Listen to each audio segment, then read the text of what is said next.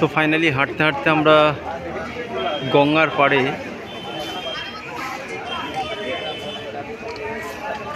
পরমত নিকেতন এই জায়গাটার নাম দিয়েছে।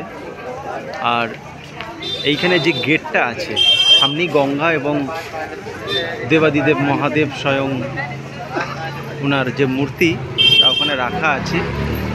আর এই যে গেট পরমত নিকেতন, এই যে গেটের উপরে একটা মিনিংফুল স্ট্যাচু করা আছে, যেটা আমরা গীতার পাতায় দেখি। কিন্তু ভগবান কৃষ্ণ ওয়ান অ্যান্ড অনলি বিশ্ব ব্রহ্মাণ্ডের যে মালিক, সে স্বয়ং অর্জুনের রথের সারথি হয়েছে। তার মধ্যে কোনো হিংসা নেই, তার মধ্যে কোনো ক্রোধ নেই, কোনো অহং ব্যাপারই নেই।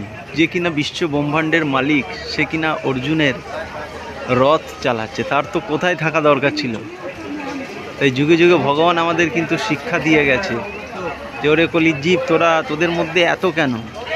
কারো কাছে যদি পয়সা থাকে সেভাবে, আমার কাছে তো বিরাট পয়সার, আমি তো অনেক টাকার মালিক। কেউ ভালো চাকরি করে, কেউ ডাক্তার, কেউ ইঞ্জিনিয়ার, তো তাদের মধ্যে একটা অহং ভাব চলে আসে। আর আমার ভগবান কৃষ্ণ যুগে যুগে মানুষকে শিক্ষা দিয়ে গেছে, তবুও আমরা শিখতে পারি না, আমরা জানতে পারি না, আমরা বুঝতে পারি না, বোঝার চেষ্টা করি না। তো যাই হোক, এই জায়গাটা পরমত নিকেতন একটা মিনিংফুল জায়গা। এখানে আসলে মন শান্ত।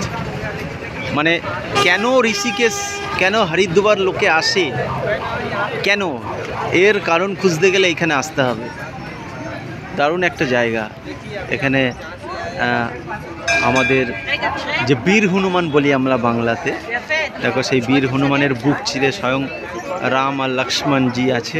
মানে এত ভালোবাসা, এত ভক্তি, এত শ্রদ্ধা, তো আমাদের মনে হয় কিঞ্চিত মাত্রও নেই। তাই আমরা যেখানে থাকি সেখানেই রয়ে যাই, আমাদের কোনো পরিবর্তন হয় না।